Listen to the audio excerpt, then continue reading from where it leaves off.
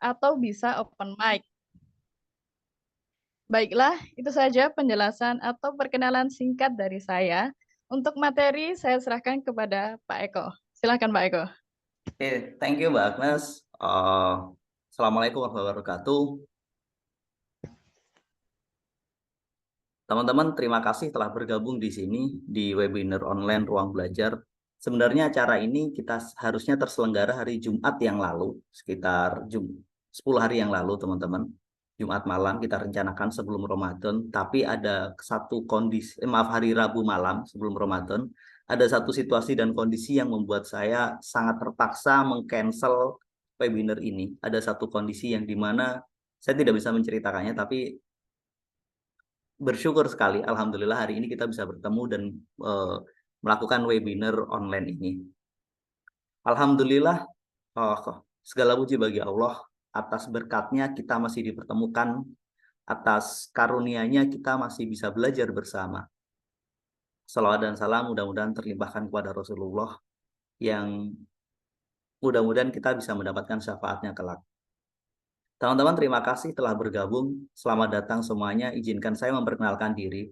Buat teman-teman yang mungkin baru bergabung, baru kita bertemu. Saya Eko Prastyo, saya founder Ruang Belajar. Dan Ruang Belajar adalah satu komunitas di mana kita belajar bersama-sama. Komunitas ini mulai aktif melakukan kegiatan webinar itu pada sekitar Oktober 2021. Jadi sudah berjalan 1 tahun lebih.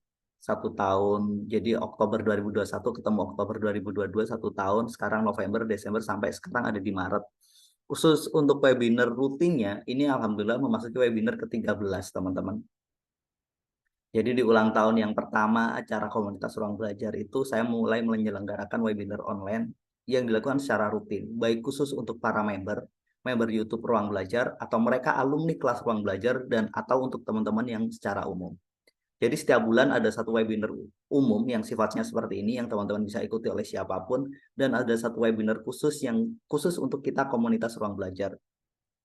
Webinar untuk khusus komunitas Ruang Belajar itu saya bagi jadi 2, teman-teman. Satu yang memang benar-benar khusus, kadang saya bikin satu webinar khusus untuk alumni financial transformasi karena itu kelas yang paling tinggi yang semua orang kalau sudah masuk situ pasti pernah dapat materi yang lainnya. Karena ada beberapa materi lanjutan yang ingin saya gabungkan. Dan ada satu yang memang mereka yang sudah pernah ikut kelasnya Ruang Belajar pasti saya izinkan untuk ikut. Itu. Yang kedua, webinar khusus itu juga saya khususkan untuk mereka yang berlangganan di channel YouTube Ruang Belajar. Oke teman-teman, terima kasih. Hari ini kita membahas satu tema yang menarik, satu tema yang saya yakin semua orang pernah melakukan ini. Saya pribadi pernah melakukannya. Menunda-nunda sesuatu, menunda pekerjaan, harusnya kita melakukannya, ternyata kita tidak melakukannya. Itu sesuatu yang banyak orang menganggap orang yang suka menunda waktu itu karena malas. Itu anggapan kita dulu. Banyak orang menganggap bahwa orang yang suka menunda waktu itu karena manajemen waktu mereka kacau. Itu juga anggapan kita dulu. Tapi hasil riset nggak seperti itu ternyata. Para saintis menemukan satu fenomena berbeda tentang menunda waktu. Saya mengambil data ini dari beberapa jurnal, beberapa tokoh, beberapa buku yang kemudian saya gabungkan dalam satu materi ini. Dan beberapa metode alhamdulillah saya terapkan dan luar biasa hasilnya. Oke. Izin kita mulai teman-teman. Apa saja yang akan kita pelajari? Kita akan belajar tentang 3 hal. 3 hal ini yang akan kita pelajari teman-teman di webinar kali ini. Kita akan membahas tentang kesalahpahaman kita tentang menunda pekerjaan atau menunda waktu. Kemudian kita akan mendiskusikan tentang apa yang membuat kita menunda waktu. Dan yang terakhir kita akan mendiskusikan tentang bagaimana cara kita mengatasi kebiasaan menunda waktu. Oke, teman-teman, apa sih yang kita salah pahami tentang menunda waktu itu?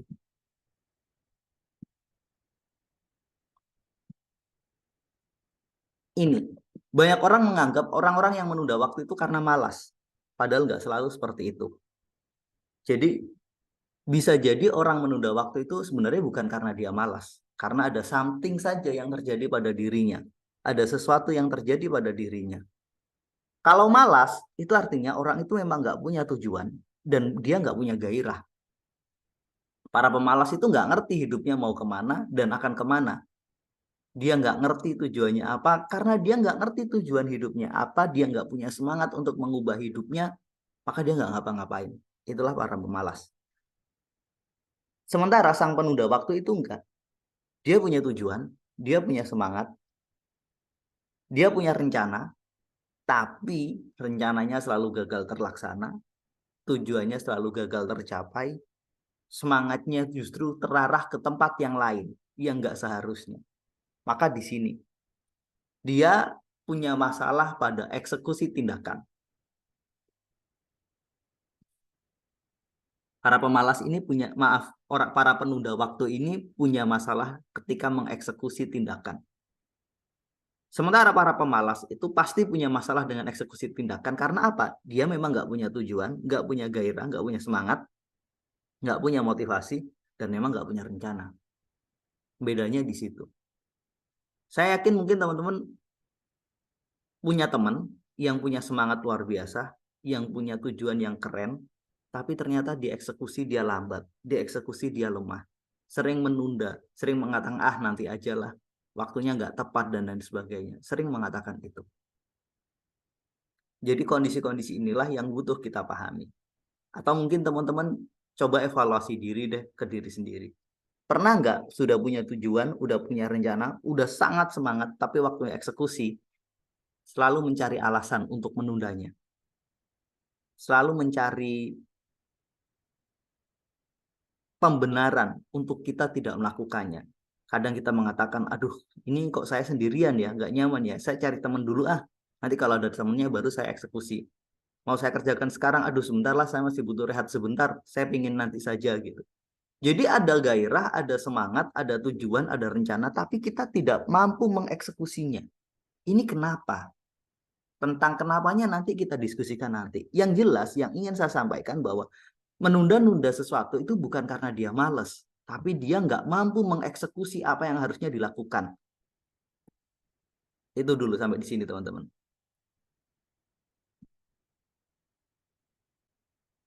Kemudian banyak orang menganggap menunda waktu itu terkait dengan manajemen waktu. Padahal enggak teman-teman. Menunda itu tidak berhubungan dengan manajemen waktu. Orang yang tidak mampu mengenai manajemen waktu itu karena bisa jadi dia nggak punya fokus. Sementara orang-orang yang menunda itu punya fokus, punya keinginan, punya niatan. Yang tidak mampu dia lakukan adalah menunda itu berhubungan dengan manajemen emosi, teman-teman. Kenapa mereka nggak mau melakukan sekarang? Karena dia nggak nyaman. Kenapa dia nggak segera mengeksekusi? Karena dia, aduh, takut salah, nggak nyaman. Ini stres, ini bikin saya merasa terbebani. Jadi ada emosi yang campur aduk yang membuat kita nggak bisa mengeksekusi itu. Ada ketakutan tersembunyi, ada kekhawatiran tersembunyi, ada mungkin rasa bersalah dan macam-macamnya. Ada emosi-emosi yang negatif yang campur aduk di situ sehingga kita tidak mampu mengeksekusinya. Sekarang teman-teman, coba deh diingat-ingat, ada nggak pekerjaan yang sering teman-teman tunda? Ada nggak aktivitas yang sering harusnya segera dieksekusi nggak kita eksekusi?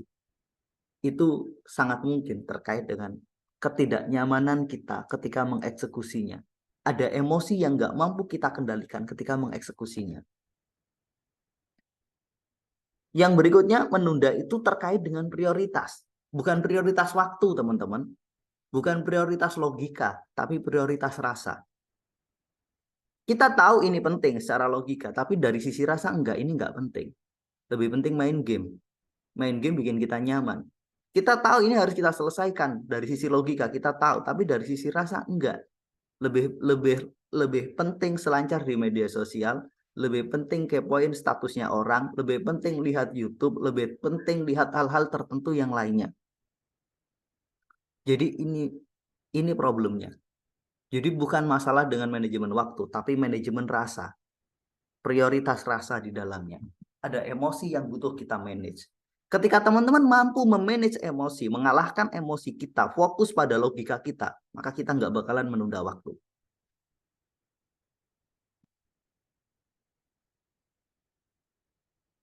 Ini yang terjadi. Kita itu akan mendahulukan yang kita sukai. Lagi kerja, menyelesaikan tugas, menyelesaikan target, ada satu video tokoh favorit kita nongol di beranda YouTube. Ini sesuatu yang kita sukai, kita kagum pada dia. Apa yang kita lakukan? Kita klik tuh video, waktu kita terdistraksi. Harusnya kita fokus, tapi kita udah enggak. Jadi yang menggerakkan tindakan kita 95% itu rasa, emosi teman-teman. Yang menggerakkan eksekusi keputusan kita 95% adalah kekuatan emosi kita, bukan logika kita. Jadi ketika kita bertemu dengan sesuatu yang kita sukai, kita pasti segera memprioritaskan. Walaupun secara logika kita tahu ini bukan prioritas. Yang kedua, kita akan mengutamakan yang membuat kita merasa nyaman. Apa sih yang bikin kita nyaman? Itu prioritas kita. Bukan yang baik, teman-teman. Sesuatu yang baik kadang nggak bikin kita nyaman. Sesuatu yang benar kadang nggak bikin kita suka. Baik itu logika yang mampu menganalisisnya, memilahnya. Oh, ini baik untuk saya harus selesaikan ini. Tapi rasa akan ngomong, enggak, ini enggak nyaman buat saya. Yang ini yang bikin saya nyaman. Coba teman-teman cek, apa yang paling sering teman-teman tunda? Itu adalah sesuatu yang kadang nggak kita sukai dan kadang nggak bikin kita nyaman.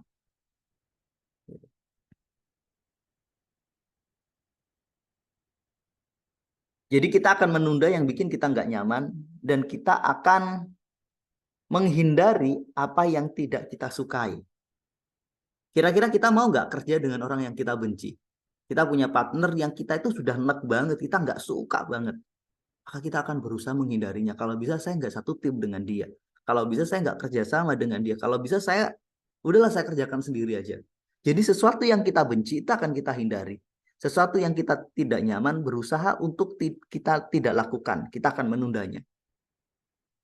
Jadi teman-teman sebenarnya yang terjadi yang membuat kenapa kita menunda waktu itu ini emosi kita. Oke, mungkin sebelum saya lanjut, mungkin teman-teman ada yang mau menanggapi pernyataan saya. Mengalami kondisi-kondisi ini enggak? Apa yang ditunda adalah sesuatu yang ternyata yang bikin kita nggak nyaman, yang nggak kita sukai. Gitu. Boleh mungkin teman-teman ditulis di kolom chat.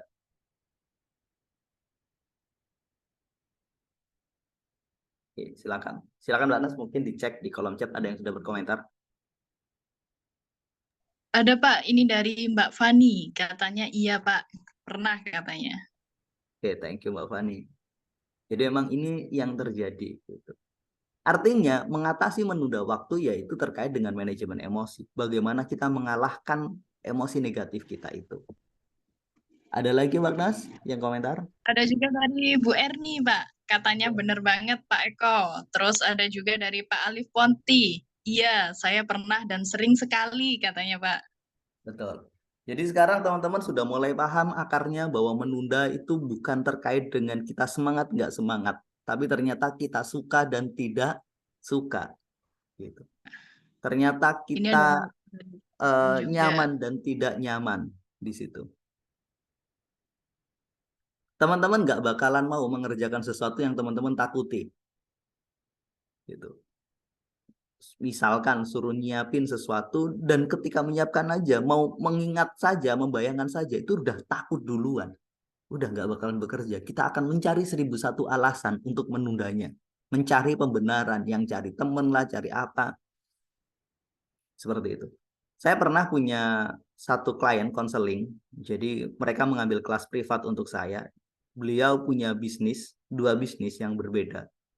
Satu bidangnya art, jadi seorang desainer, dia cerita kalau saya mendesain itu saya bisa berjam-jam dan saya nggak usah disuruh, saya melakukan itu. Tapi ketika saya melakukan pekerjaan saya yang lain di bidang marketing, itu kenapa ya beratnya itu luar biasa. Jadi selalu saja ada alasan yang membuat saya untuk menundanya. Padahal saya tahu ini baik. Padahal saya tahu bisnis tanpa marketing nggak bisa. Jadi akhirnya waktunya lebih banyak untuk produksi, mendesain daripada untuk berpikir tentang strategi marketing. Ya karena ada ketidaknyamanan di situ. Ada memori-memori negatif di bidang marketing yang mungkin butuh kita perbaiki. Ada lagi Mas komentarnya?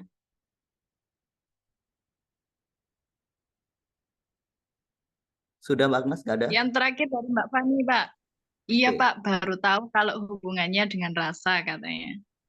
oke, thank you Mbak Fani. Oke, kita lanjut ya teman-teman. Pertanyaannya yang membuat kita menunda itu apa? Sekarang kalau tadi kita membahas tentang salah paham tentang menunda waktu, bahwa ada rasa menjadi bayang-bayang utamanya, maka sekarang kita akan ngomong dari sisi sudut pandang yang lainnya. Teman-teman, menunda itu adalah indikator bahwa kita itu sedang stres. Mungkin ini kesannya nggak enak banget ya. Jadi menunda itu adalah cara alami untuk menjaga diri. Jadi buat teman-teman, ketika kita punya kecenderungan menunda-nunda sesuatu dan parah banget, itu artinya indikator sebenarnya pada diri kita bahwa kita itu sedang tidak baik-baik saja. Indikator bahwa kita itu sedang ada dalam tekanan yang sangat luar biasa. Indikator bahwa kita itu butuh sesuatu, butuh rehat. Bahwa stres, kebiasaan menunda waktu itu adalah indikator alami yang ingin dikomunikasikan oleh tubuh pada diri kita. Buat teman-teman yang mungkin pernah belajar tentang konsep meditasi atau apa, di situ ada namanya konsep tubuh dan pikiran. Itu. Kita harus kenali pikiran kita harus kenali tubuh kita. Karena kadang kita nggak serius mengenalinya, maka butuh indikator yang memaksa kita biar aware terhadap diri kita. Jadi ini adalah salah satu indikatornya. Ketika kita menunda-nunda sesuatu, harusnya bisa ternyata enggak, harusnya selesai ternyata enggak. Coba cek deh, ada apa dengan diri kita? Apa yang bikin kita tertekan? Apa yang bikin kita nggak nyaman? Ini indikator. Jadi teman-teman, menunda waktu itu sebenarnya hal baik. Itu adalah cara komunikasi tubuh kita dengan kita, agar kita memperbaiki yang salah. Itu kayak teman-teman naik mobil, kemudian ada suara-suara aneh. Itu kan indikator bahwa ada yang nggak beres dengan mobil kita. Harus segera kita bawa ke bengkel untuk kita perbaiki. Kalau nggak, ini berbahaya. Oke. Kemudian ini alurnya teman-teman. Ketika tubuh mendeteksi, mengasumsikan badan kita, pikiran kita mengasumsikan ada sesuatu yang bahaya atau mengancam, maka akan memproduksi kortisol meningkat. Hormon stres kita naik, teman-teman. Ketika hormon stres kita naik, maka tubuh berpikir, ini nggak boleh terus nih, bahaya. Apa yang bisa saya lakukan agar kortisol nggak naik, agar nggak tinggi, gitu. Ketika ada pekerjaan yang kita asumsikan itu bahaya, diindikasikan ini nggak baik untuk kita. Konsep baik dan nggak baik bukan logika ya teman-teman, tapi baik dan nggak baik adalah program yang tertanam di pikiran bawah sadar kita.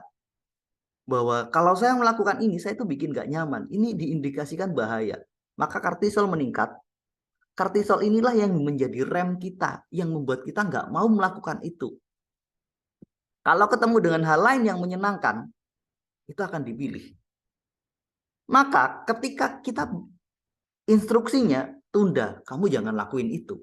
Itu nggak baik, itu nggak keren, itu nggak buat kita merasa happy. Jadi ada kortisolnya naik sehingga perintahnya tunda, geser. Kemudian tanpa sadar teman-teman tiba-tiba dapat telepon dari orang lain. Tanpa sadar. Jadi begini, menunda itu nggak selalu kita sengaja teman-teman. Nggak selalu kita sengaja. Kadang kita udah niat, udah mulai ready mau ngerjakan. Tapi ada faktor di luar itu, alam semesta yang merespon. Karena apa? Karena pikiran bawah sadar kita, program pikiran bawah sadar kita menyatakan ini nggak baik. Entah ditelepon orang tua, entah ditelepon pacar, entah apa.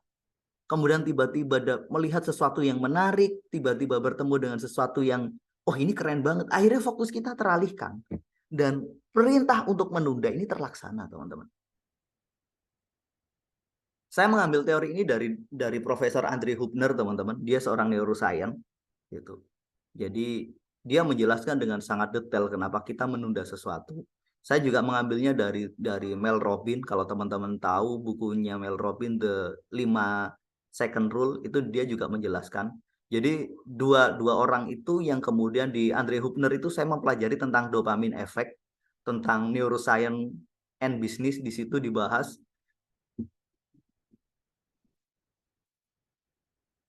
Jadi di situ, maka saya sarikan di sini bahwa kemudian kita butuh endorfin dan dopamin.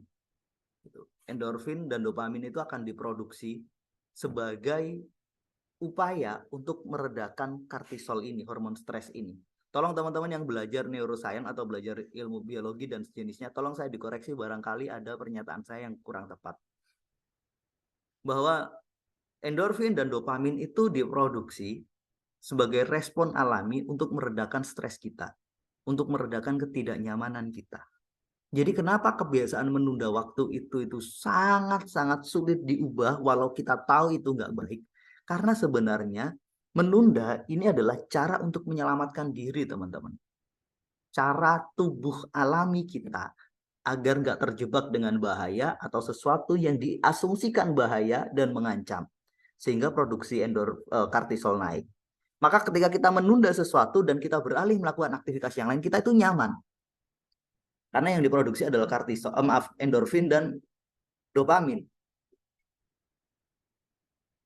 Maka teman-teman, pada titik inilah kadang nggak terasa. Waktu udah tergeser 1 jam, 2 jam.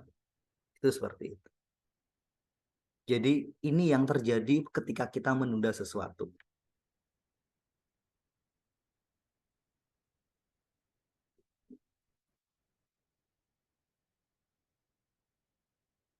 Saya lanjut. Setelah ini mungkin kita oke.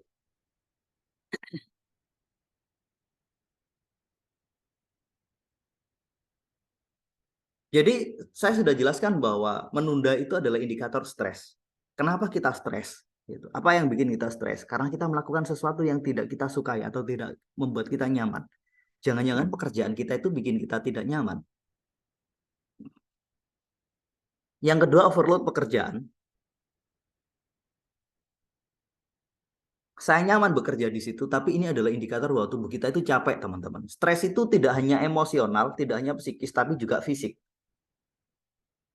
Kalau secara fisik teman-teman terlalu capek, tubuh itu kasih indikator. Kamu butuh istirahat tuh, bro. Gitu. Jangan kamu lanjutin. Gitu. Overload loh kerjaanmu. Batasmu sudah nggak ada di situ. Kamu butuh rehat. Jadi mungkin kita nggak terasa semangat, saking semangatnya dan sebagainya. Tiba-tiba kita itu blank mau ngerjakan. Saya harus ngerjakan dari mana dulu ya? Udah semangat nih mau kerja. Teman-teman pernah nggak ngalamin ini? Jadi kita nunda bukan karena niat kita menunda, tapi kita blank. Kita nggak tahu apa yang mau kita lakuin. Udah buka nih mau ngerjakan sesuatu di laptop, udah dibuka laptopnya, bahan dibuka. Tiba-tiba cuma diem gini aja. Ini apa ya yang harus saya ini kan? Kemudian teman-teman secara alami berdiri, rehat sejenak, lihat ke sana kemari dan sebagainya, cari inspirasi. Kalau segera kembali is oke, tapi kadang kebablasan. Jadi ini adalah bukti overload. Kalau tiba-tiba teman-teman sering ngeblank, saya nggak tahu harus saya mulai yang dari mana dulu. Ini terlalu banyak yang kita kerjakan atau terlalu banyak yang kita pikirkan. Atau ini yang paling jarang orang sadari, teman-teman. Yang ketiga, ada memori masa lalu yang negatif, yang masih kesimpan di emosi kita, yang masih sangat kuat mengendalikan kita, yang jadi program yang sangat kuat di pikiran bawah sadar kita, yang kemudian teraktivasi dalam kegiatan kita sekarang. Contoh, saya pribadi, saya tuh nggak terlalu suka pergi ke bengkel, teman-teman, sampai dengan hari ini. Saya nggak nyaman kalau suruh ke sana. Jadi kalau saya pengen perbaiki motor, saya telepon yang punya bengkel, atau telepon anak buahnya, saya ngomong, motor saya kamu ambil, nanti kembalikan ke rumah.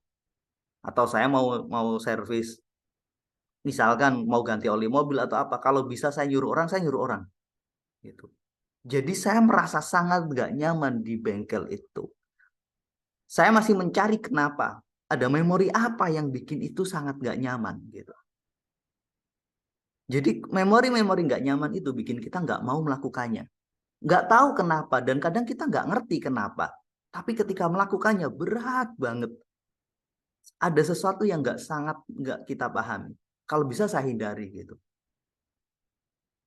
Jadi saya tidak tahu kenapa pergi ke toko bangunan, pergi ke bengkel, ke toko-toko onderdil itu saya nggak suka gitu. Jadi ketika berhubungan dengan hal-hal seperti itu, kadang saya nyuruh orang atau kadang saya ngajak orang biar nemani saya gitu. Ini mungkin hal sepele buat kita, tapi buat orang lain, maksud saya gini, ini mungkin hal sepele buat orang lain, tapi buat orang yang menjalaninya enggak. Ada orang kalau suruh presentasi aja bingungnya luar biasa. Kenapa? Bisa jadi dia punya pengalaman negatif di masa lalu yang menstimulasi itu terjadi. Ada memori masa lalu yang masih kesimpan secara emosional, walaupun kita lupa apa. Mungkin kita bisa lupa dengan peristiwanya, tapi kita nggak akan pernah bisa lupa dengan emosinya, dengan rasanya. Karena itulah sangat-sangat kuat. Sampai di sini bisa dipahami teman-teman. Bisa jadi kita menunda karena memang kita melakukan sesuatu yang tidak kita pahami, yang kita tidak sukai, atau karena memang terlalu overload, terlalu capek kita itu butuh rehat, atau sebenarnya kita merasa baik-baik saja, tapi ternyata ada memori masa lalu yang kesimpan di diri kita, tapi kita nggak tahu apa. Saya sering menangani kasus teman-teman tim marketing yang dia agen properti, kemudian dan sebagainya. Dia merasa, saya tuh nggak tahu kenapa kok merasa nggak pede ya kalau ketemu dengan orang, kalau apa. Tapi kalau saya sudah kenal, sudah ngobrol, sudah nyaman, saya tuh bisa presentasi dengan sangat nyaman. Jadi ternyata dia punya pengalaman negatif ketika awal pertama ketemu dengan orang. Saya ngomong, coba kamu ingat pengalaman-pengalaman negatif yang pernah kamu dapat ketika bertemu dengan orang baru. Itu butuh kita ubah persepsinya. Maka sekali lagi rumusnya tadi, kita itu akan menghindari sesuatu yang kita anggap itu ancaman.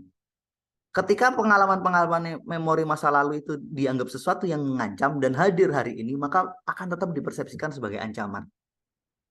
Teman-teman pernah dicakar kucing misalkan. Ketemu kucing, walaupun dia nggak akan nyakar kita tuh udah takut duluan. Pernah punya pengalaman lari dikejar oleh anjing. Ketemu anjing yang walaupun ada pemiliknya, kita tuh udah takut duluan. Kita akan berusaha menghindarinya. Walaupun belum tentu itu terjadi. Ini bertemu dengan seperti itu. Terlebih ketika kita mengakses memori-memori negatif di pekerjaan kita, teman-teman. Sampai di sini dulu. Mungkin ada yang mau ditanyakan atau kita di-sharingkan atau mau berkomentar, silahkan. Saya kembalikan ke Mbak Agnes. Sebelum kita melanjut ke sesi berikutnya. Silakan buat Bapak Ibu yang mau komentar. Mau bertanya boleh, mau berbagi pengalaman Ya. juga boleh.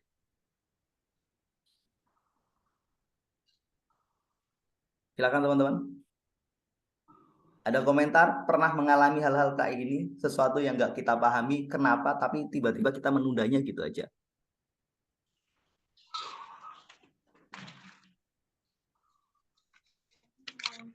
Silakan teman-teman feedbacknya, boleh di kolom chat atau langsung. Ada Pak dari Bu Dianisa Damayanti, pernah Silakan. banget Pak katanya. Terus Mbak Fani juga pernah Pak katanya. Teman-teman ada yang mau sharing dong, mungkin barangkali pengalaman yang dialami seperti apa tentang menunda gitu. Apa yang paling sering ditunda? Atau apa yang menjadi sumber distraksinya? Ada satu slide nanti sedikit yang saya belum nambahkan teman-teman di bagian nanti di solusi. Lanjut Mbak Agnes. Saya Pak Eko, Silakan. boleh sharing? Ya. Boleh. Assalamualaikum warahmatullahi wabarakatuh. Nama saya Intan. Ya, tadi saya baru tahu ya, baru sadar bahwa ternyata penundaan itu sangat erat kaitannya dengan rasa ya Pak Eko.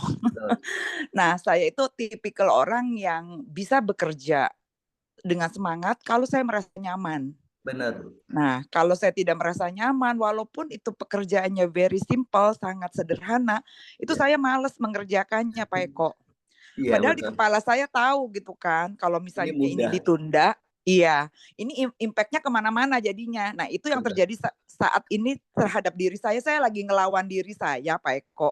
Betul. Untuk bisa ngerapiin schedule saya, tapi tetap ke draggingnya ke hal-hal yang nyaman. Bener banget tadi kata Pak Eko. Misalnya saya di YouTube ngeliat ada toko atau ada hot topic yang sedang ya seru gitu ya. Saya lebih tertarik untuk menghabiskan waktu saya di sana dan akhirnya makin banyak pekerjaan yang saya yang tertumpuk ya Pak Eko ya. Padahal itu hal-hal kecil gitu, tapi impact-nya sangat luar biasa dan saya jadi semakin stres. Nah ini solusinya gimana ya Pak Eko untuk menghadapi itu semua? Oke, untuk solusi setelah ini Bu kita diskusi sesi ini. Itu yang terjadi. Setidaknya kita sudah mulai kenal akarnya apa itu dulu. Betul Pak Eko. Karena di kepala tuh udah mau ngerjain, udah tahu gitu. Kalau saya nggak ngerjain, ini bakal berantakan yang lainnya. Betul. Tapi tetap badan saya nggak bisa bergerak gitu Pak Eko. Betul. Malah stuck seperti yang tadi Pak Eko bilang, udah buka laptop, udah siap, tiba-tiba ada telepon, saya malah asik telepon gitu kan. Atau ada apa, malah ngerjain yang lain. Nah itu pengalaman saya Pak Eko. Terima kasih sudah sharing, jadi saya udah kenal dan tahu. Iya. Minimal tahu apa yang terjadi. Jadi setidaknya teman-teman sudah kenal dulu. Kenapa kita menunda itu bukan karena kitanya teman-teman, tapi karena ada something inside di dalam diri kita yang benar-benar itu mengendalikan kita, yaitu tadi rasa tadi. Yang kekuatannya 95%. Kalau kita ngomong pikiran sadar dan pikiran bawah sadar, ya itulah pikiran bawah sadar kita gitu. Jadi whatever namanya lah gitu. Kadang kan para peneliti itu mereka memberi namanya yang masing-masing berbeda, yang walaupun sebenarnya memang berbeda, tapi kita sebagai orang awam lebih mudah aja kita anggap sama. Jadi kalau kita kenal dengan konsep pikiran sadar dan pikiran bawah sadar, ya itulah pikiran bawah sadar kita yang mensabotase. Kalau kita pakai konsep logika dan rasa, itulah rasa kita yang mensabotase. Saya ingat satu peristiwa lagi Bu, dan teman-teman juga. Jadi saya punya kelas konseling privat teman-teman yang itu berjalan selama 3 bulan untuk membantu teman-teman merapikan program-program negatif dari dalam dirinya. Salah satu peserta itu dia itu sampai sakit gitu. Saya ngomong Bu dilawan ya gitu. Coba saya pengen tahu efek paling dalamnya apa. Ternyata dia jatuh sakit. Jadi sampai segitunya. Oke, kita sudah tahu impact paling itu, kita rapikan sumbernya apa pelan-pelan, kita terapi pelan-pelan, dicari masalahnya. Jadi pada saat itu 2 minggu kita lost contact, saya tanya, Ibu kenapa? Saya sakit Pak. Gitu. Apa perasaannya ketika mau melakukan ini? Yaitu saya grogi, saya ngedek dari apa? Oke, saya sudah nyiapin semuanya, sudah bersiap, dan ternyata besok pagi waktu bangun mau berangkat, itu pusing, sakit, dan saya ngedrop 3 hari. Jadi betapa luar biasanya efek kalau kita akan melakukan sesuatu yang benar-benar kita nggak nyaman dan kita melawannya. Setelah itu saya mau, oke kita lakukan bertahap. Jangan lakukan itu yang paling ekstrim. Jadi begini teman-teman, kadang saya menyuruh teman-teman itu melakukan paling ekstrim. Ingin tahu saya ada di tingkat mana keparahannya. Jadi pada saat saya ada kelas offline juga saya ada yang tanya, saya langsung ngomong, Bu lakukan ini. Saya nanya, gimana gerak nggak? Enggak, saya nggak mampu Pak. Oke, berarti separah itu. Jadi kadang scamming tes untuk mengetahui seberapa dalam program itu menghambat, itu kadang melakukan sesuatu yang sangat ekstrim dan ternyata memang nggak jalan, berarti ada di level itu. Kita lakukan secara bertahap. Maksud saya setiap orang punya tingkat keparahan yang berbeda-beda penguasaan emosinya. Walaupun itu teman-teman ada cara yang mudah sekali. Kalau teman-teman bisa melakukannya berarti oke, ini nggak terlalu. Saran saya nanti cara itu lakuin bertahap. Jangan semua hal dilakukan. Pilih yang paling krusial dulu. Karena kalau kita tahu ada cara simpel dan kita kemudian mencoba melakukannya pada semua bagian dari diri kita, maka terjadi overload lagi. Jangan bikin diri kita shock dalam kondisi yang darurat kayak gitu. Oke, kita lanjut. Ada lagi mungkin komentar teman-teman? Agnes ada? Tadi ada Bu Dianisa Pak, katanya mungkin mau open mic.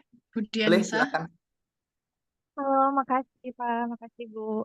Ini mau share nunda, jadi keinget ada 3 bulan yang lalu lah. Saat itu saya mau ngelamar pekerjaan, karena udah menganggur dengan habis nikah, habis cerai, mau pekerjaan, saya mau ngetik nih, mau bikin project, mau bikin susu.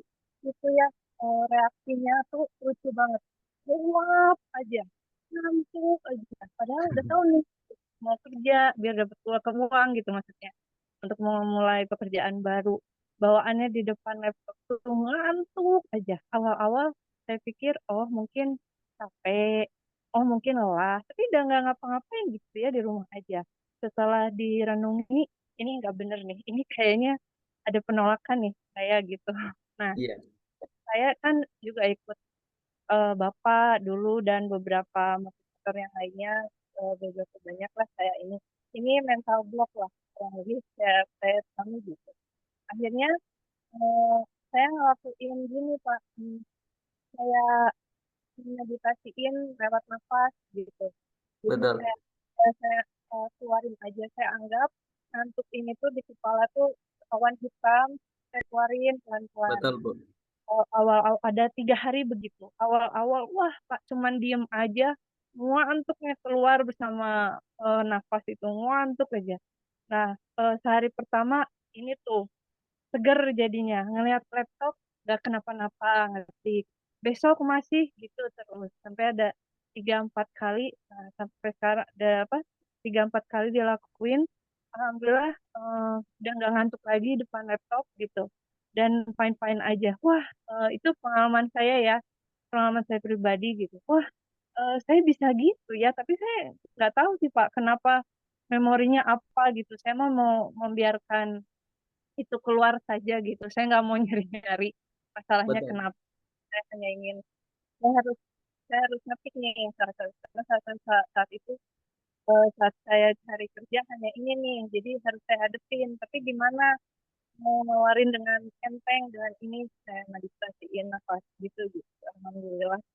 Kenapa-napa. Semoga bisa ngebantu teman-teman yang lainnya juga. Mungkin itu salah satu solusi ngeluarin. Thank you, Bu. Keren banget. Bener, itu cara untuk merilisnya. Bener, boleh dengan banyak cara, teman-teman. Ada yang dengan menggambarkan emosinya apa, ada yang dengan membayangkan mengeluarkan emosi yang sangat negatif itu dari nafas dengan bentuk hitam seperti itu. Ya, itu adalah cara-cara yang bisa kita pakai dan itu macam-macam. Keren Bu Dianisa, thank you sharingnya. Mudah-mudahan teman-teman dapat melakukan itu. Jadi ada beban apa yang ada dalam diri kita, kita bayangin itu keluar seiring dengan nafas yang kita lakukan. Kita tarik nafas, kemudian dihembuskan. Bener Bu. Ini ada lagi Mbak Agnes? Cukup? Saya lanjut? Iya, silakan lanjut Pak. Oke. Nggak ada di kolom chat Mbak? Kalau tadi ada komentar dari Pak Alif Ponti, Boleh iya Pak dibacakan Eko, aja dulu. pengalaman saya menunda karena pada saat saya mau lakukan, nyali saya ciut katanya. Iya, betul Pak. Thank you. Terus dari Bu Erni tadi ya, ada beberapa aktivitas yang ditunda dan melakukan aktivitas lain yang buat nyaman, tapi ternyata buat kesuksesan berjalan lambat. Iya, betul Bu Erni. Gitu. Oke. Thank you. Ada lagi Pak Agnes, dibacakan dulu aja sebelum kita lanjut ke part yang ketiga. Sudah. Tidak ada Pak. Oke. Teman-teman, kita lanjut ke bagian yang ketiga. Bagaimana Sudah. cara mengatasi Bisa kebiasaan menunda? Ada beberapa cara teman-teman. Kalau sifatnya adalah overload pekerjaan yang terlalu banyak, konsepnya gini teman-teman.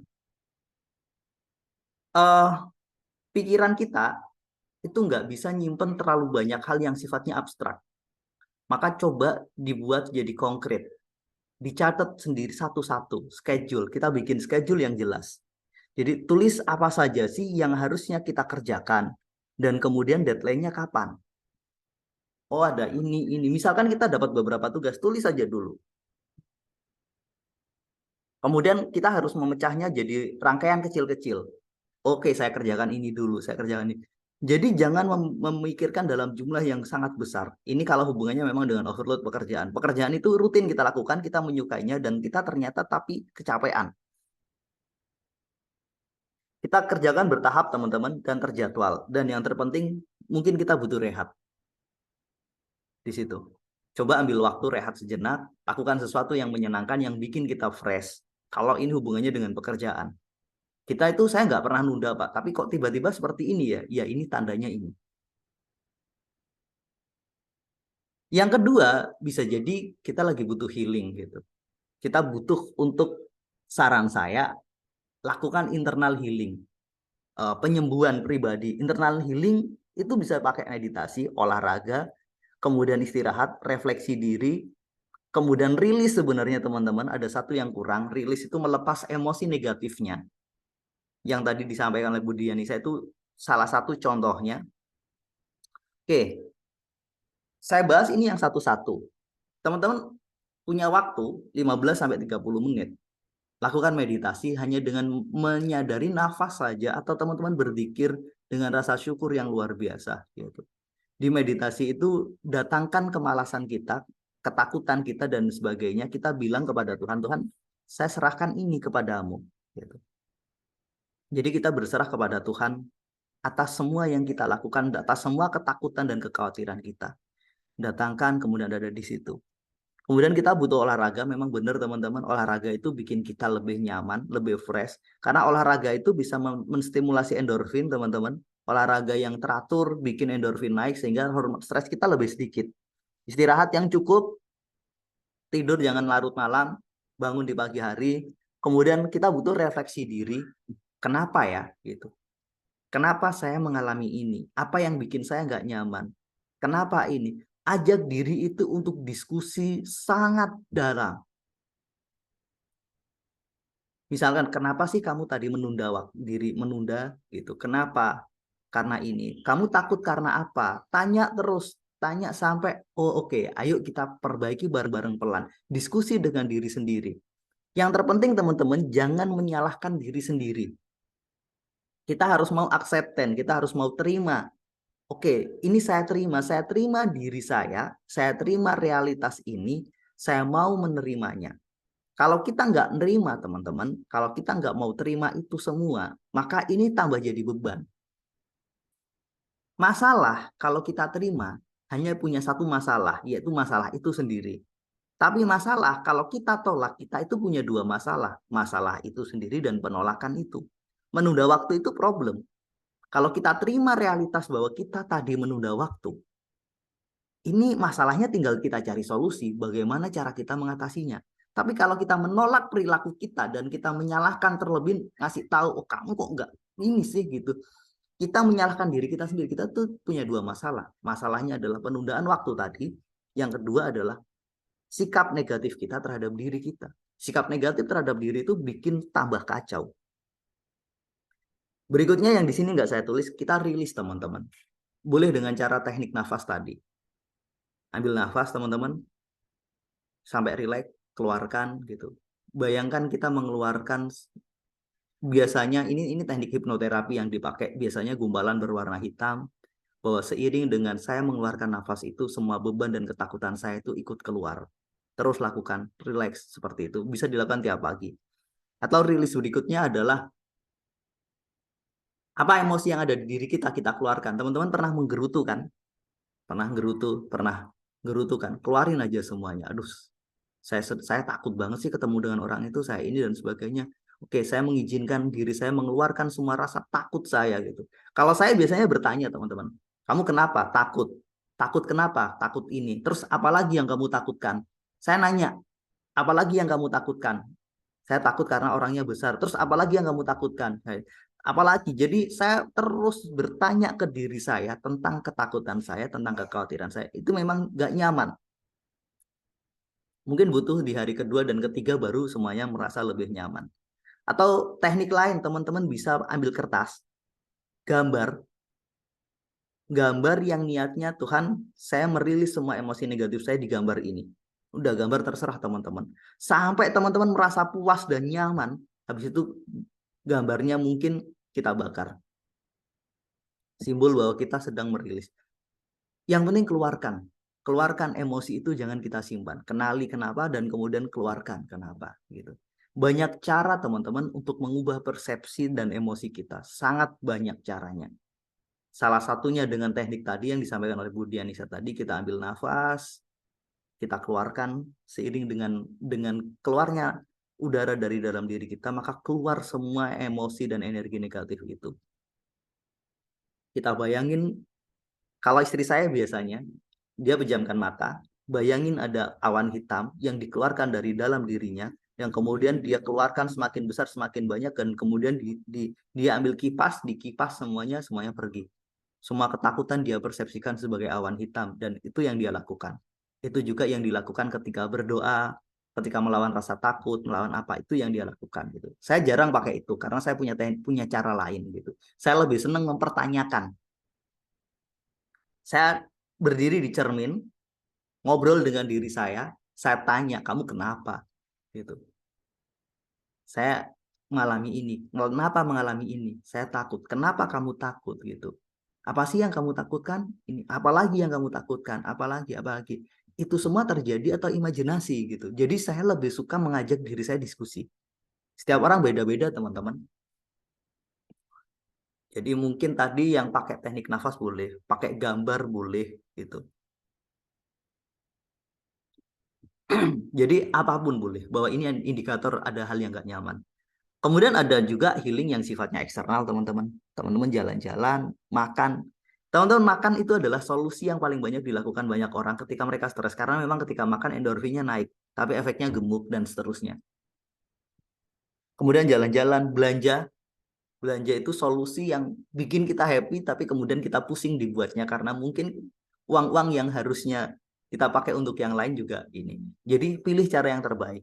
Atau teman-teman,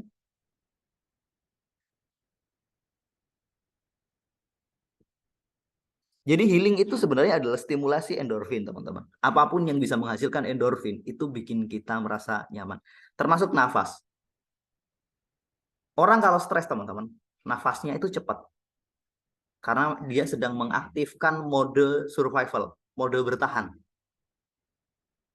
Kalau ini dilakukan terus-menerus, itu bahaya. Maka kita butuh menurunkan intensitas nafas kita. Teman-teman tanpa membayangkan apapun, tarik nafas, keluarin dengan bertahap, sadari nafas teman-teman dalam durasi 15 menit atau 3 menit mungkin sebelum melakukan sesuatu, itu sudah bikin kita lebih rileks. Jadi endorfin itu salah satunya bisa distimulasi oleh teknik pernafasan. Teknik pernafasan yang baik itu keren.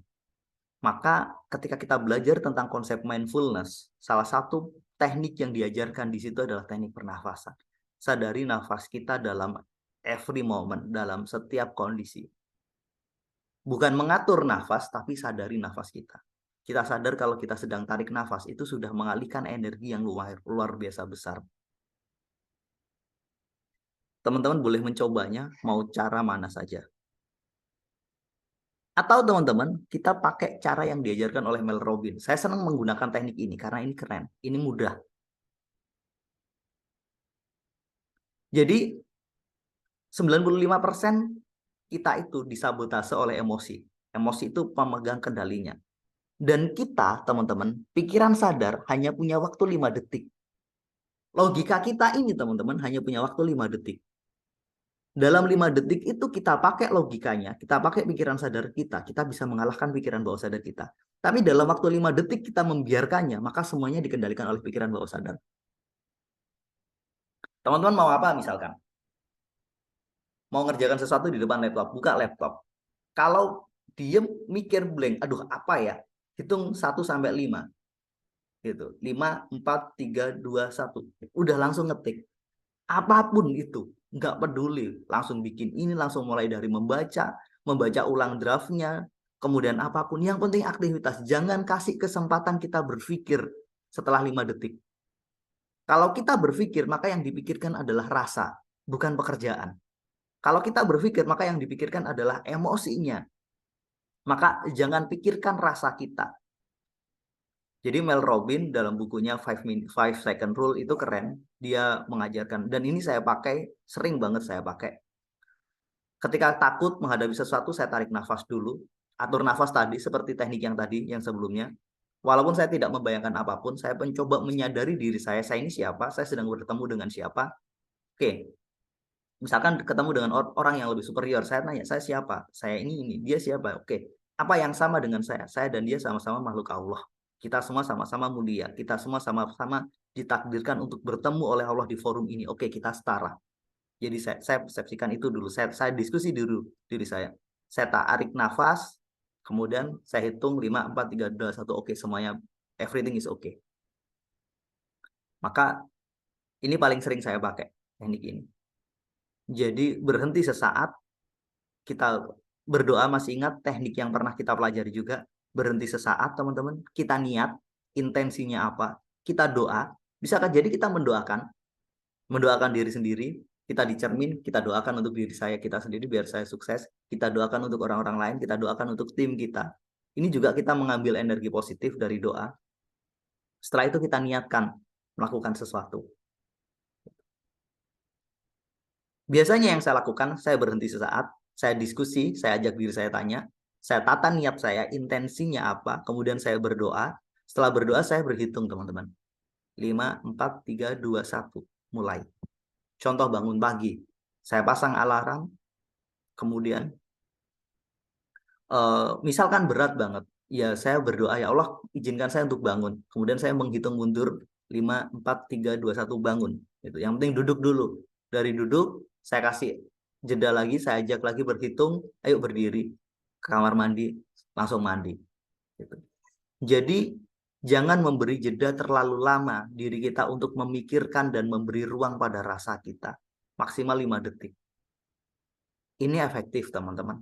Saya pribadi mempraktekannya dan mudah-mudahan teman-teman bisa mempraktekkan ini karena ini juga lumayan efektif. Apapun yang sering paling teman-teman tunda,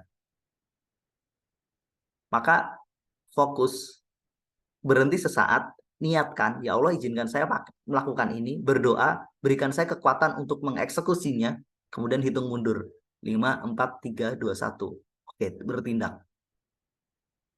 Jadi, jangan memberi ruang terlalu lama. Terus teman-teman, satu lagi, saya lupa belum nulis di sini, kenali distraksinya. Coba ingat-ingat selama ini, kalau teman-teman menunda, itu ngapain? Pegang HP, Pak. Ngapain pegang HP? Buka YouTube. Buka apa? Ini. Waktunya kerjakan sesuatu, HP-nya ditaruh dulu. Dijauhkan. Kalau perlu di offline. Jadi salah satu sumbernya distraksinya ada di sekitar kita. Kenali itu. Kadang ketika saya memang lagi pengen fokus sesuatu, saya itu menyendiri teman-teman. Biar nggak ada distraksi. Misal istri saya lagi ngobrol, saya ngomong, sebentar ya, saya butuh waktu sebentar. Saya pengen fokus dulu. Kemudian ketika saya di kantor, di tempat kerja, saya ambil tempat duduk yang agak pojok, yang kira-kira orang nggak lalu lalang, saya tinggalkan meja saya menyendiri di situ. Artinya memang saya lagi butuh fokus untuk menyelesaikan sesuatu. Satu lagi juga yang saya belum tulis di sini, ada namanya gini, energi untuk melanjutkan dan energi untuk memulai itu berbeda teman-teman. Maka ketika memulai, kalau bisa jangan ada gangguan. Terus kenali kekuatan kita. Mungkin saya sanggupnya cuma 30 menit. Setelah 30 menit saya butuh rehat. Kasih alarm, istirahat. Jangan nunggu istirahat ketika capek, teman-teman. Kalau kita istirahat ketika capek, energi kita udah kehabisan. Untuk memulai lagi, berat. Banyak terjadi ketika kita udah kerja 2-3 jam. Istirahat sebentar, niatnya 15 menit, tapi justru jadi bermenit-menit. Karena energi untuk memulai lagi itu terlalu capek. Maka jangan sampai kita kehabisan energi ketika mengeksekusi. Kasih jeda 1 jam, istirahat. Kasih alarm, oke, saya istirahat cukup 10 menit, mulai lagi. Setelah 10 menit, tata niat lagi, berdoa lagi.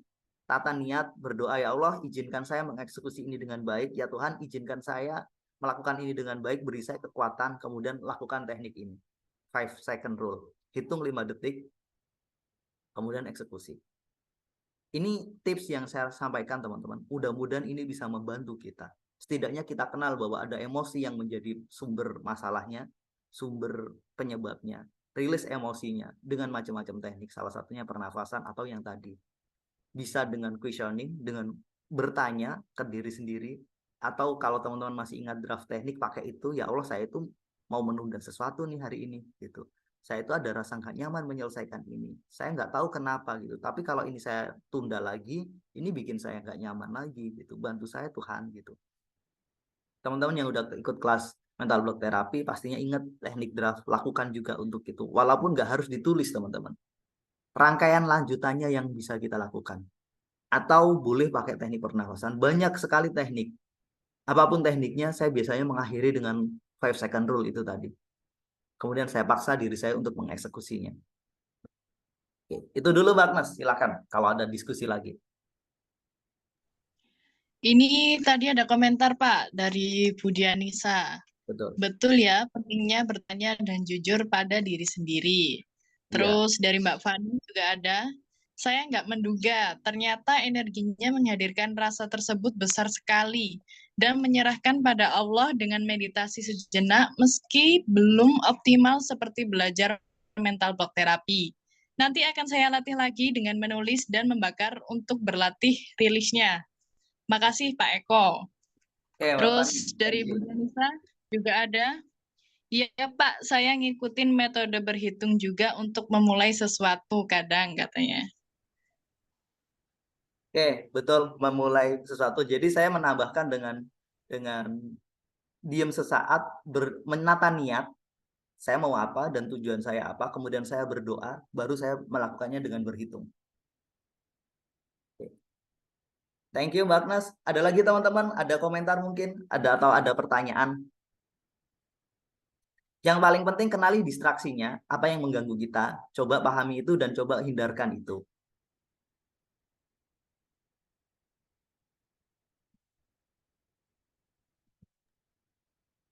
Silakan teman-teman. Oh, ini ada Mbak Fani, Pak. Raise hand. Silakan Mbak Fani. Silakan Mbak Fani. Assalamualaikum warahmatullahi wabarakatuh. Pagi Waalaikumsalam. Pak Eko, teman-teman semuanya. Di sini Fani akan bertanya terkait memang tadi langsung menerapkan ya, menghadirkan rasa tersebut.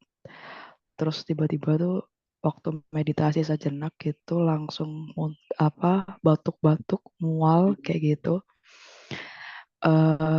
Berdoa sehingga saya melepaskan kepada Allah meskipun memang masih belum semuanya seperti itu. Dan pengalaman baru hari ini aku diberikan kesadaran terkait penjelasan Pak Eko bahwa setiap pagi memang di rumah saya ini rumah orang tua gitu, power yang paling gede ada di ibu seperti itu. Dan saat ini memang emosional beliau itu sangat-sangat kurang baik kayak gitu. Saya sadari bahwa dampaknya itu tidak hanya pada dirinya saja, melainkan di lingkungan sekitar, termasuk saya sebagai anaknya.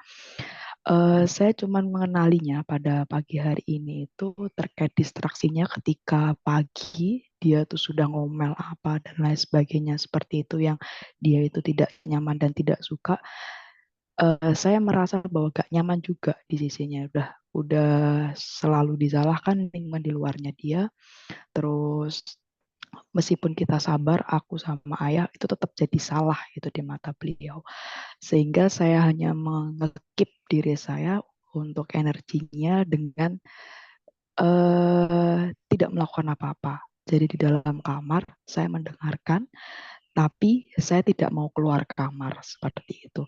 Kurang nyaman mendengarkan kata-kata beliau sehingga saya merasa kurang baik-baik aja. Sehingga saya mau melakukan apa di setiap pagi itu selalu nggak tahu. Jadi tujuannya itu hilang.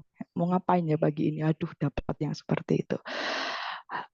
Akhirnya cuma bisa buka YouTube dengan mendengarkan suara lagu healing kayak gitu untuk bisa menghadirkan energi meditasi dalam diri sendiri. Tetap energi yang di luar diri itu yang lebih gede sehingga nggak fokus dan kebawa lagi sifat yang hanya nyaman untuk tidur, untuk menghasilkan hormon endorfinnya, Pak. Lah dari sini sih 5 second rules-nya untuk bisa menghadirkan apa yang harus aku lakukan kayak gitu tuh gimana? Dimana saat energi yang powernya itu lebih gede di luar dibandingkan di dalam diri. Mungkin bisa dibantu Pak Eko. Terima kasih banyak. Oke, Mbak Fani. Memang banyak hal yang nggak bisa kita kontrol, teman-teman. Sesuatu yang di luar diri kita kan bukan kendali kita. Tugas kita mendoakannya. Jadi kita doakan saja yang terbaik, terutama untuk orang tua. Perkara beliau misalkan melakukan sesuatu dan gak nyaman dengan yang kita lakukan, ya nggak apa-apa. Kita terima aja dulu. Kita terima saja, kita doakan. Kemudian saya harus ngapain ya Pak menghadapi kondisi itu? Pengennya apa sih Mbak? Gitu. Lakukan apa yang ingin kita lakuin. Jangan dihindarin. Mungkin ibu seperti itu karena semua orang menghindarinya. Semua orang ada di rumah tapi cuma di kamar. Coba datang dengan benar-benar rasa cinta, berdoa ke Allah, ya Allah kuatkan saya gitu. Hanya Engkau yang punya kekuatan untuk melakukan ini. Jadi mungkin seperti itu. Saya tidak tahu persis, yang paling tahu adalah Mbak Fani. Jadi bagaimana cara kita menerapkan 5 second rule ketika distraksi di luar itu terlalu besar, apalagi dari lingkungan? Jawabannya lakuin saja gitu. Praktek terbaik adalah melakukan. Apa yang mau kita lakukan, lakukan. Contoh mau bersih-bersih rumah, udah lakukan saja bersih-bersih rumah gitu. Ciptakan realitas subjektif kita bahwa rumah ini bersih dan sebagainya sambil kita nyapu. Ketika kita fokus menciptakan realitas subjektif, maka realitas material yang ada di luar udah nggak ngefek ke kita, Mbak. Cuman memang butuh latihan saja sih gitu. Jadi ketika kita diem, justru itu bukan sesuatu yang malah menjadi baik. Lakukan yang harusnya memang dilakukan. Apa sih normalnya dilakukan di pagi hari gitu. Ketika puasa kayak gini, bersih-bersih rumah mungkin, terus apalagi ada aktivitas di luar yang bisa ini, atau mungkin kita ke dapur, atau apapun itu gitu. Atau kalau perlu lakukan inverse, Mbak Fani, sengaja datang ke ibu gitu. Kalau sanggup sih gitu. Sengaja datang, ajak ngobrol, misalkan dia kamu gini, terus ya apalagi Bu gitu. Ya nanya aja, kita habisin emosi dia, Mbak. Emosi negatif itu kita habisin, kita tanya terus, tanya sampai ya dia capek sendiri sih gitu. Kalau sanggup lakuin itu. Tapi kalau mau lakuin itu niatnya satu, ya Allah izinkan saya membantu ibu merilis emosinya. Jadi kita pakai dengan energi cinta. Jadi itu sih Mbak. Jadi kalau ini hubungannya di rumah, tapi bagaimana kalau hubungannya di tempat lain, di lingkungan pekerjaan kita? Kita fokus saja apa yang menjadi tanggung jawab kita, lakukan itu. Gitu. Itu Mbak Fani ya, mudah-mudahan bisa bantu ya.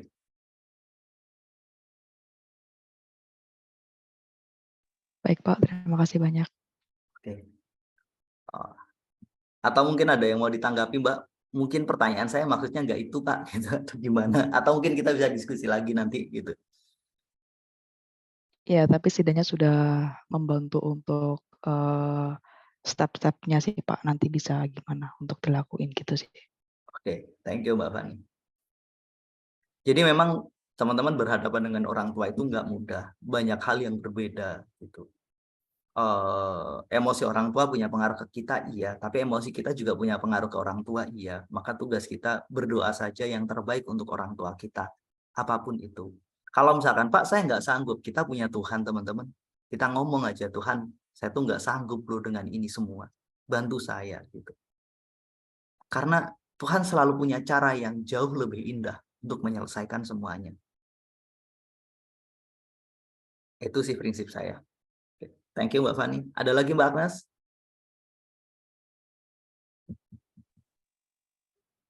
Gak ada Pak kalau di komentar. Silakan teman-teman. Gak ada. Kita sudah 1 jam. Kalau memang nggak ada, sudah jelas apa yang barusan boleh. Bagaimana dengan pekerjaan yang tingkat stresnya tinggi, Pak, dan berkaitan keselamatan?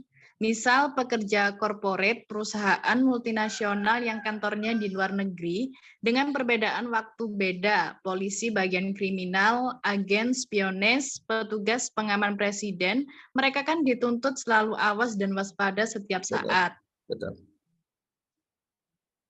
Oke, pertanyaan pertama, adakah teman-teman yang bertugas seperti itu? Kalau ada, saya yakin ada caranya. Tapi yang kedua, kalau ternyata kita tidak dalam posisi itu, saya menyarankan lebih baik kita tidak memikirkannya. Itu saja. Itu dulu jawaban saya. Tapi begini, saya asumsikan ada yang ada di posisi itu. Teman-teman, sesuatu yang ketika kita latih terus-menerus, berulang-ulang, ini akan menjadi satu program di dalam pikiran bawah sadar kita. Dan program itu akan aktif. Ketika kita mengaktifkan survival mode sebagai bagian part of our life, insya Allah kita bisa mengatasi stres itu kok. Gitu. Karena memang adrenalinnya sudah dilatih dengan stimulasi kadar tertentu, endorfinnya sudah dilatih, bagaimana cara kita menyelesaikan, mengatasi semuanya sudah dilatih. Ada latihan-latihan yang dengan latihan itu, kita itu bisa mengatasi level stres itu. Saya kasih contoh paling sederhana, ini deh, ngomong di depan kelas, ngomong di masyarakat, atau seperti ini. Buat mereka yang tidak pernah ngomong, tidak punya pengalaman ngajar itu berat, sangat berat. Tapi buat mereka yang mau melatih itu, step-step itu, keterampilan itu, semuanya akhirnya jadi sangat terbiasa, jadi program yang udah tertanam di pikiran bawah sadar, spontan pun dia sanggup. Sama teman-teman, pekerjaan apapun, kalau kita punya kesengajaan untuk melatihnya, punya niatan untuk melatihnya, yang kita asumsikan itu berat dan berbahaya, buat kita orang awam, tapi buat dia itu biasa. Jadi kayak teman-teman para pebalap F1, apa yang membuat dia mampu? Karena latihan. Latihan itu membuat kita mampu mengontrol kortisol sekaligus endorfin. Dan akseptan, penerimaan terhadap realita itu. Maka penerimaan terhadap apa yang kita hadapi itu adalah langkah awal. Kalau kita menolaknya, si pembalap, dia sudah tahu dengan resikonya, dia sudah tahu dengan apa yang dihadapi, dan dia terima itu, terima semua situasinya, dia memetakan, dan kemudian baru dia dapat yang terbaik. Akseptan itu langkah paling penting untuk meredakan stres, apapun pekerjaan kita. Kalaupun simpel pekerjaan teman-teman, tapi teman-teman nolaknya, ini loh harusnya ada cara yang lebih mudah. Kenapa sih masih pakai cara ini? Cara ini kuno, gini-gini. Padahal kalau kita nggak nolak itu, kita bisa eksekusi dalam waktu 10 menit selesai. Tapi penolakan itu membuat kita menghasilkan pekerjaan itu bisa jadi lebih panjang. 1 jam sampai 2 jam. Jadi terima pekerjaannya. Itu dulu pertama. Berlatih, melakukan adaptasi diri. Maka kita baru mampu melakukannya. Stres itu muncul kalau kita menolaknya. Stres itu muncul kalau kita nggak siap. Kesiapan dan penerimaan ini bikin kita bisa naik level. Kalau saya lagi full pekerjaan, naik, tingkat stresnya lagi tinggi, saya cuma bilang, ya Allah makasih, Engkau percaya. Engkau ngasih tugas ini dan izinkan saya menyiapkan diri untuk itu semua. Itu ya Mbak Agnes. Jadi saya percaya mereka dengan tugas yang sangat berat itu, selama mau melatihnya, selama mereka mau menerimanya, itu pasti mereka bisa kok.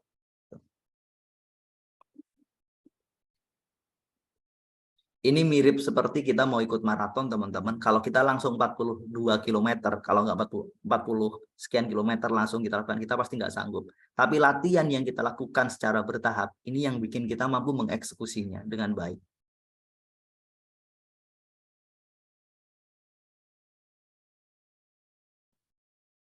Sudah Mbak Agnes? Ada lagi?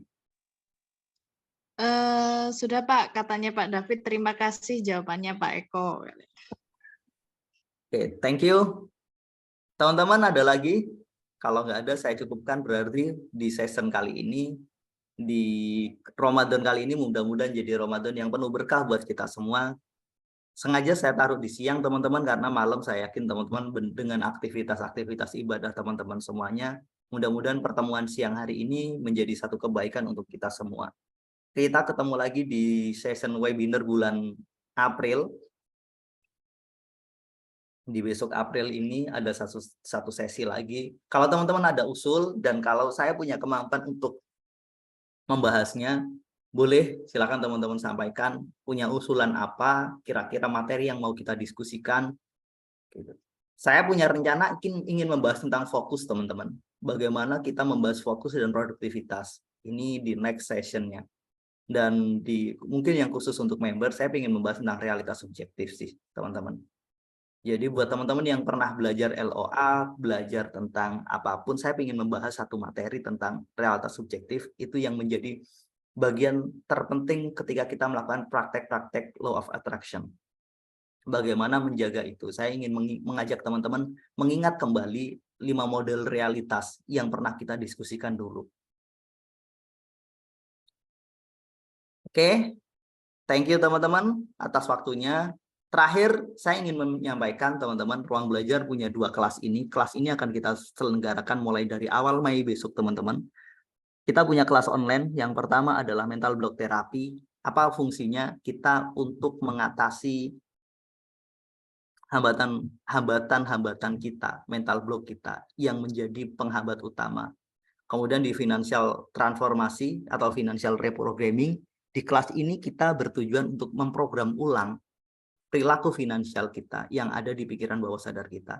Perilaku-perilaku boros, kenapa uang saya selalu habis, kenapa saya mudah ditipu orang, itu bisa kita program ulang di sini teman-teman. Kita mencoba mengenali program-program itu dan bagaimana kita mengatasinya. Ini akan ada di bulan Mei teman-teman dan di awal Juni. Buat teman-teman yang tertarik boleh langsung hubungi Mbak Agnes nanti di grup ini. Bisa langsung daftar sekarang, kita bisa kasih special price untuk teman-teman yang bergabung di sini.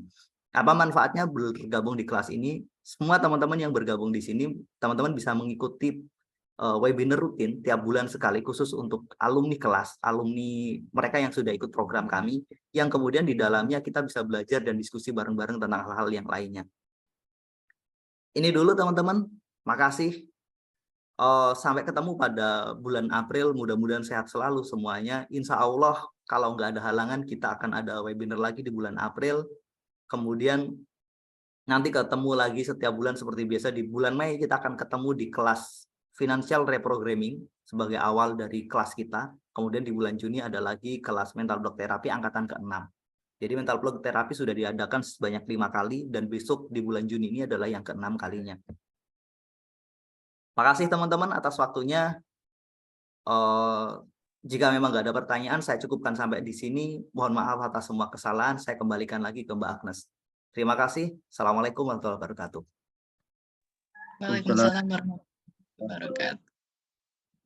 Terima kasih buat Pak Eko tadi atas penjelasannya ya. Dan terima kasih kepada Bapak dan Ibu yang sudah mengikuti webinar ini dari awal sampai akhir. Dan bagi Bapak atau Ibu yang tadi belum bisa bergabung mulai awal, nanti insya Allah pasti akan kita share linknya ya. Nanti malam mungkin Mbak Agnes. Ya, nanti sore. Oh, nanti malam. Ya, ini langsung ya, saya. Nanti malam ya. Sekarang. Terus mohon maaf kalau ada kesalahan kata dari saya. Semoga materi kali ini yang disampaikan dapat bermanfaat bagi kita semua. Sampai ketemu lagi di webinar-webinar dan kelas Ruang Belajar. Saya Agnes sebagai moderator mohon undur diri. Wassalamualaikum warahmatullahi wabarakatuh. Waalaikumsalam. Warahmatullahi wabarakatuh. Terima kasih Pak Eko, terima kasih Mbak Agnes. Terima kasih Pak Eko. Terima kasih Thank you teman-teman. Thank you semua. Assalamualaikum. Assalamualaikum. Salam.